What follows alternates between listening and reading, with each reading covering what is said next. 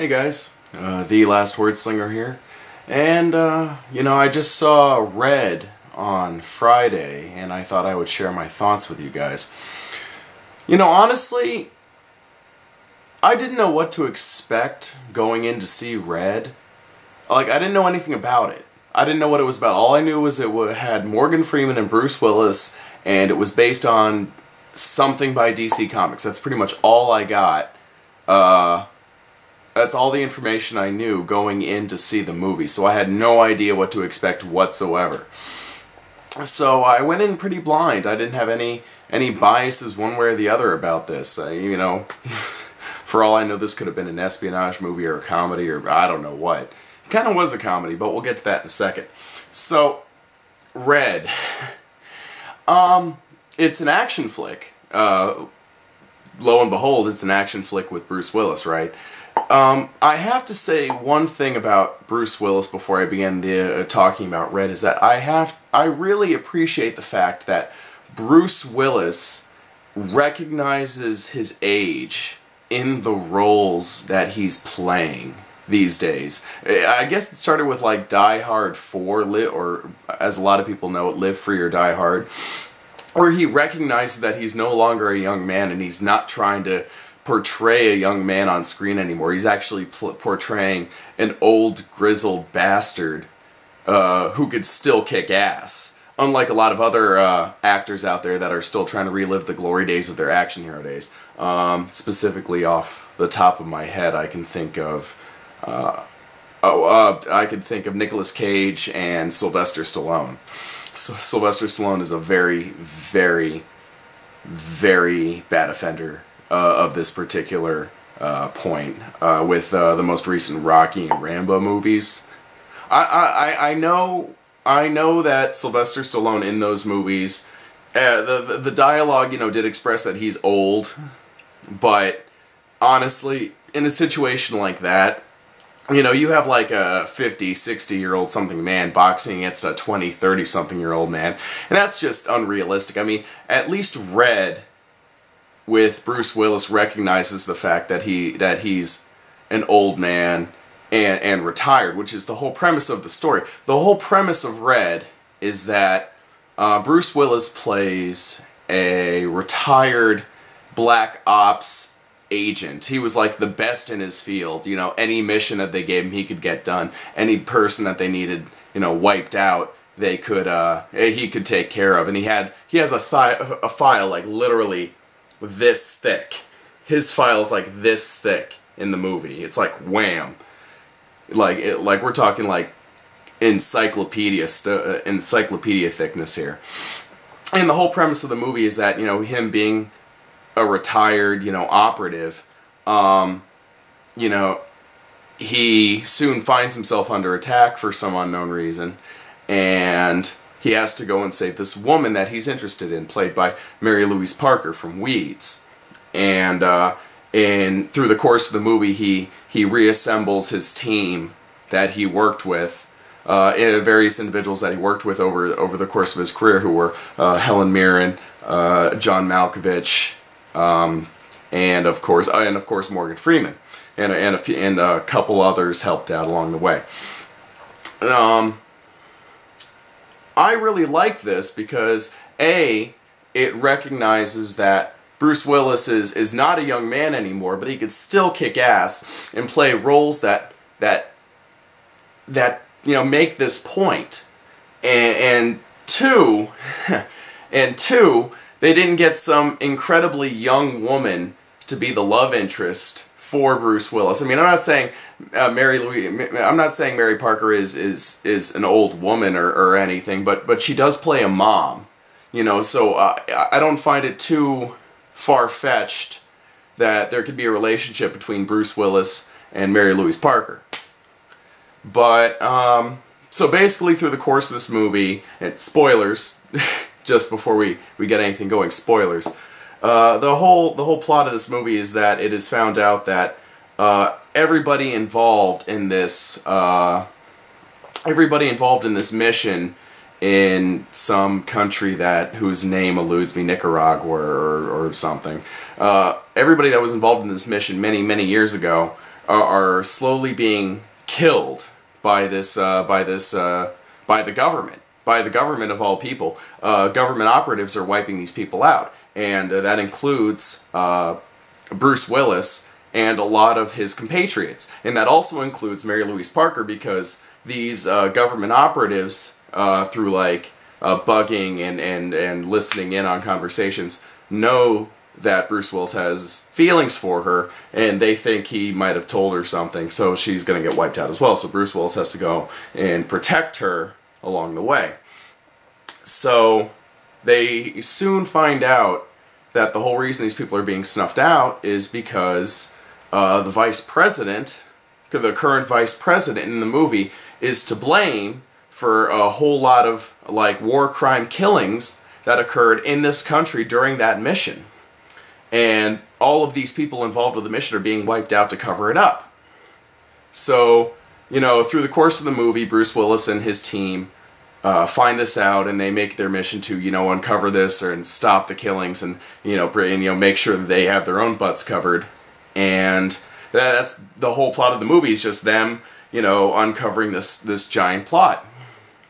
So, that being said, a few points about, let's talk about the actors for a second. Bruce Willis, always enjoyable. I mean, if you're expecting like some Oscar-winning performance from Bruce Willis in this movie, you're not going to get it. I mean, you're not going to get some Oscar moment where he's, you know, on his knees screaming to the sky. You're not going to get any sort of performance like that from him. But it's a typical Bruce Willis action film performance. I mean, I found no problems with it at all. So, you know, if you enjoy Bruce Willis, you'll enjoy his performance in this movie. Just basically that.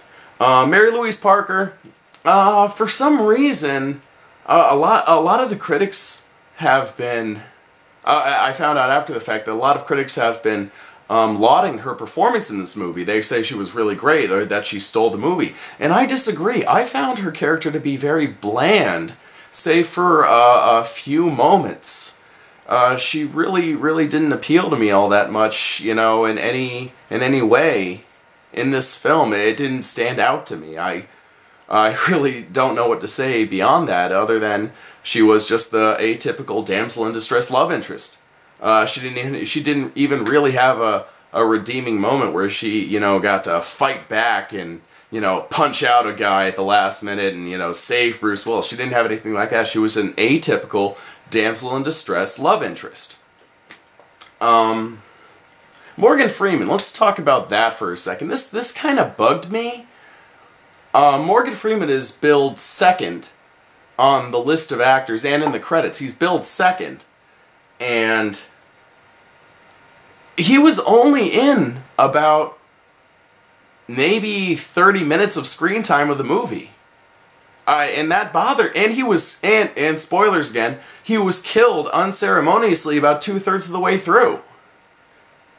And that just kind of bothered me, that you're using, well, obviously it's you know, an advertising gimmick to get people to see the movie, because like, hey, look, we have Morgan Freeman in this movie. You know Morgan Freeman's a great actor. Come see. You know, they're using him as an advertising gimmick to get people to see this movie, but it really bothers me that they're, you know, so heavily advertising him in this movie, and he's only there for about 30 minutes of screen time.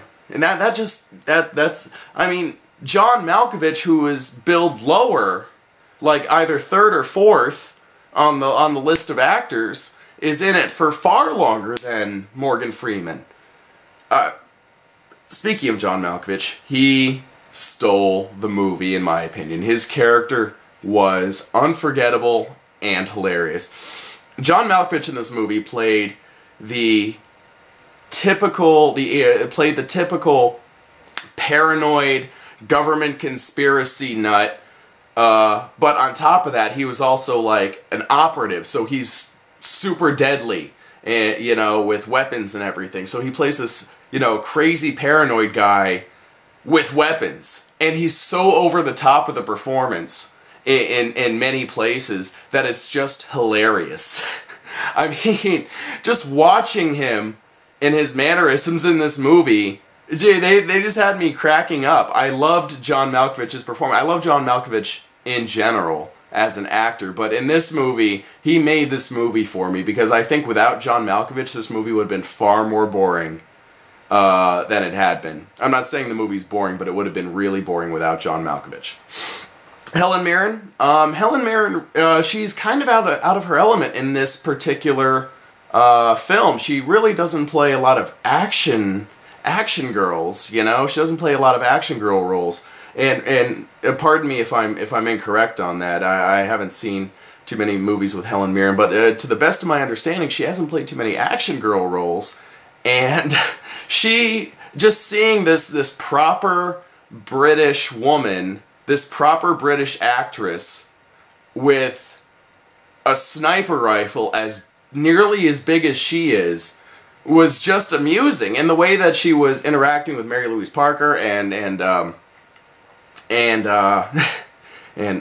Bruce Willis, that's his name, and Bruce Willis, she was a good asset to the movie as well. I really enjoyed her performance as well.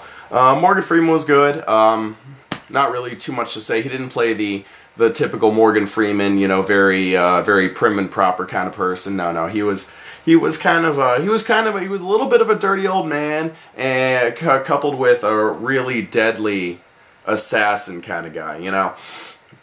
Very knowledgeable and very skilled at what he does. Also retired. The whole premise is that all these people are retired, not just Bruce Willis. All of these ex-operatives are retired. And oh, Karl Urban. I can't believe I forgot about Karl Urban. Karl Urban, also a great actor, by the way, was the CIA operative that was in charge of hunting down Bruce Willis and his team and sending all the CIA operatives to capture them or kill them, or, you know. Well, he wanted to capture them. You see, he was the one character, spoilers, that, you know, had the switch at the end where he was being ordered to, you know, get these people, but he wasn't really completely aware of the behind-the-scenes stuff. And, of course, Bruce Willis, you know, clued him in on the fact of what was happening at the end. He had a switch, helped him out, saved the day. And Karl Urban, I really enjoyed Karl Urban's performance. You know, it wasn't over the top, but it was just enough of a foil to Bruce Willis's character that it made it good. And even Bruce Willis's character said a little something in the movie where he was like, you know, I used to be like you once, you know, a misplaced trust, a lot of potential, something like that. And I think that was a very good choice to put someone like Karl Urban into the role of what Bruce Willis's character used to be, you know, at a younger age. What Bruce Willis's character used to be at a younger age. I think that was a very good choice. I don't know how much. I don't know if this is an adaptation. If this was an adaptation of a comic book or something. And if it is, I haven't read the comic book, so I don't know how good of an adaptation it is. But I really did enjoy it. It's not going to be any award-winning film, but it's a very good action film to enjoy. You know, it's got action film physics. You know, some impossible things that really wouldn't happen in the real world unless you're incredibly stupid lucky. But you know, if you're looking for just a good action film to enjoy yourself with, yeah, you could do a lot worse than Red. It's not so bad. So if you get a chance, check it out. If not, pick it up on DVD. You know, have a good little popcorn throwing night of it. Yeah. So that's all I've got for now. So I will catch you guys later next time I'm at the theater. Bye.